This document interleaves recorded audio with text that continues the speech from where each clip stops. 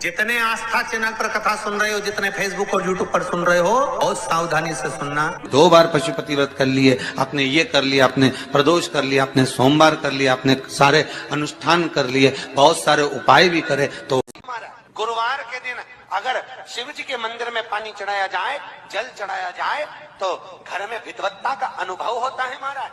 बच्चे पढ़ने में प्रखर होते हैं महाराज। इतनी परीक्षा मेरा देवाधिदेव महादेव लेता है, इतनी परीक्षा मेरा महादेव लेता है, पर जब परीक्षा ले लेता है, परीक्षा लेने के बाद मेरा महादेव जब देता है तो झोली भी छोटी पड़ जाती है, इतना मेरा महादेव दे देता है। ये शिव तत्व है, ये शंकर अवघड़ी है। श्री शिवाय नमः। तकलीफ खड़ी हो जाती है, बहुत बड़ी अगर कोई तकलीफ खड़ी हो जाती है तो श्रम्भेश्वर महादेव, एक बार सब बोलेंगे, कौन से महादेव? श्रम्भेश्वर महादेव। फिर जम के बोल लो एक बार, श्रम्भेश्वर महादेव।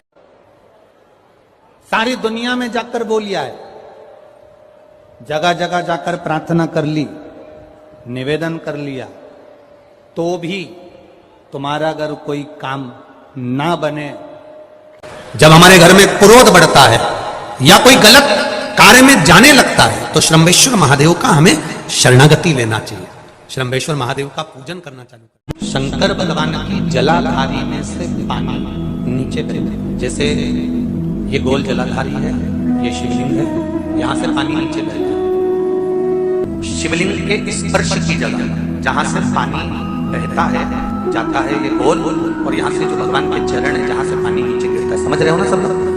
उस स्थान पर अपनी जो ये हथेली होती है, इस हथेली को कुछ देर लगा लिया जाता है। कौन सा स्थान? जहां से शिवलिंग पर जल चढ़ा, ये जलाधारी में गोल घूमा, घूम के जहां चरण से नीचे जाता है, वहां कुछ देर के लिए इस हथेली को लगा लिया जाता है। अपनी हाथ की, सीधे हाथ की हथेली को लगाया जाता है। और देवाधिदेव महादेव का या तो पंचाक्षर मंत्र या षडाक्षर मंत्र या श्री शिवाय नमस्ते, इस मंत्र का या महामृत्युंजय मंत्र का स्मरण करते रहे। बाबा से निवेदन तो करो, क्यों भटक रहे? और दिल की बात भगवान शिव से कह दी जाती है, हृदय से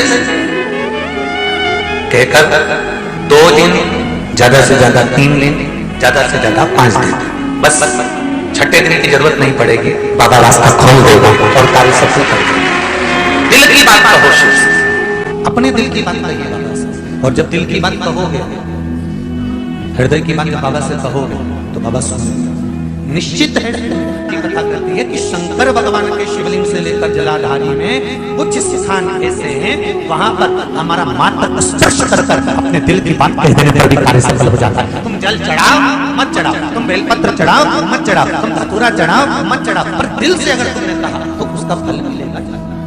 शुक्ल पक्ष की 9वीं तिथि, तो बेलपत्री, दोनों में पीला चंदन, बीच में लाल चंदन, और जो अशोक सुंदरी वाली जगह है, उस अशोक वाली सुंदरी वाली जगह पर डंडी का भाग जहां से पानी बहता है, वहां लाल चंदन का भाग नीचे की ओर शिवलिंग से टच करता हुआ, लाल चंदन का भाग, और दोनों चंदन, पीले चंदन के भाग बेलपत्री के उस अशोक सुंदरी वाली जगह पर रखकर मन कामना से, शरीर में अगर कोई रोग हो गया जिससे चमड़ी सफेद पड़ रही हो, या काया कोई जगह जगह पर खाज हो गया, या कोई सोराइसिस जैसी बीमारी हो गई है, तो शिव जी पर उस जल को समर्पित कर कर उस बेलपत्री का जो पानी है वो लेकर आए, शरीर में उस स्थान पर लगाना प्रारंभ करें। धीरे धीरे लगभग 15 से 20 दिन तक अगर क्रम करा और श्री शिवाय नमस्ते भीम का जाप किया, ये निश्चित है काया के रूप में प्रारंभ हो जाती है, निश्चित।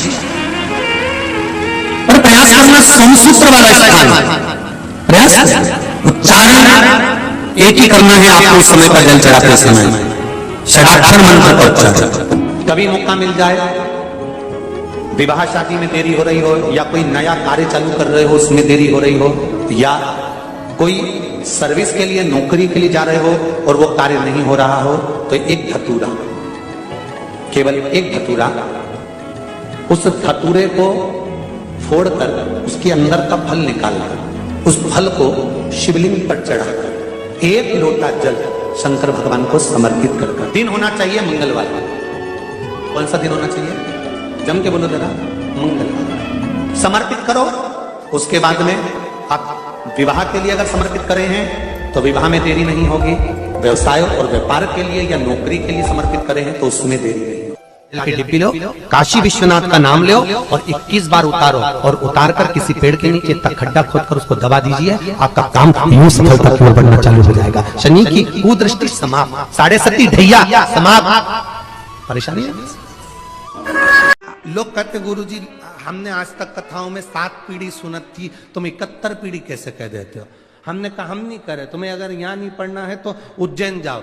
उज्जैन के ऋण मुक्तेश्वर मंदिर की दीवार पर शिव महापुराण का लेख अंकित है, पत्थर पर लिखा हुआ कि शंकर को जल चढ़ाने वाला शिव महापुराण की कथा सुनने वाले की 7 पीढ़ी नहीं 71 पीढ़ी तरती है, जो वहां पर भी लिखा। केवल एक सियोर वाला महाराज नहीं कह रहा है। ये आपको अगर पढ़ना है, शिव पुराण में नहीं पढ़ सकते तो उज्जैन के ऋण मुक्तेश्वर मंदिर पर पढ़िए, पत्थर पर अंकित है शिव महा। श्री शिवाय नमस्तुभ्यम। दर्शकों हर हर महादेव, स्वागत है आपका अपने YouTube चैनल में। दर्शकों नवमी तिथि का बड़ा विशेष महत्व होता है। नवमी तिथि के दिन वो शुक्ल पक्ष की नवमी हो या कृष्ण पक्ष की नवमी हो, आप दोनों नवमी पे इस विशेष उपाय को कर सकते हैं। दर्शकों नवमी तिथि के दिन आंवले के वृक्ष की पूजा की जाती है, क्योंकि दर्शकों आंवले के वृक्ष में भगवान नारायण का वास होता है और जो व्यक्ति भगवान नारायण की पूजा करता है उसके घर में माता लक्ष्मी की कृपा सदैव बनी रहती है। तो आप जो इस वीडियो में आपको पूजनीय पंडित जी उपाय बताए हैं, आप इस उपाय को महादेव के मंदिर में करिएगा।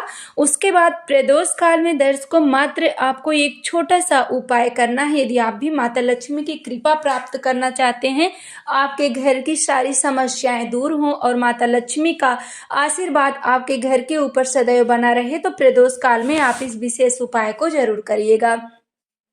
जो भी दर्शकों हम आपको उपाय बताते हैं, पूजनीय पंडित जी की कथा सुनकर समझकर आपको समझाने का प्रयास करती हूँ। दर्शकों आंवले के वृक्ष के नीचे जब भी आप दीप प्रज्वलित करें तो वो लंबी बातिका करिएगा, क्योंकि लक्ष्मी की कृपा प्राप्त करने के लिए आपको दीप प्रज्वलित करना है। और जब भी लक्ष्मी के लिए दीप प्रज्वलित किया जाता है तो वहां पे लंबी बातिका प्रयोग किया जाता है। तो दर्शकों इस बार आपकी जो नवमी है वो गुरुवार के दिन पड़ रही है, तो ऐसे में आप आंवले के वृक्ष के नीचे प्रदोष काल में एक घी का दीप जरूर प्रज्वलित करिएगा। ऐसा करने से आपके ऊपर भगवान नारायण की कृपा बनी रहेगी और माता लक्ष्मी का भी आशीर्वाद आपको मिलेगा। क्योंकि गुरुवार का दिन भी है, तो आप आंवले के वृक्ष के नीचे रोजाना दीप प्रज्वलित कर सकते हैं। यदि आप रोजाना नहीं करते तो किसी विशेष दिन आप जरूर प्रज्वलित करें, जैसे एकादशी हो, अमावस्या हो, शिवरात्रि हो, प्रदोष हो, तो आप जरूर करिएगा।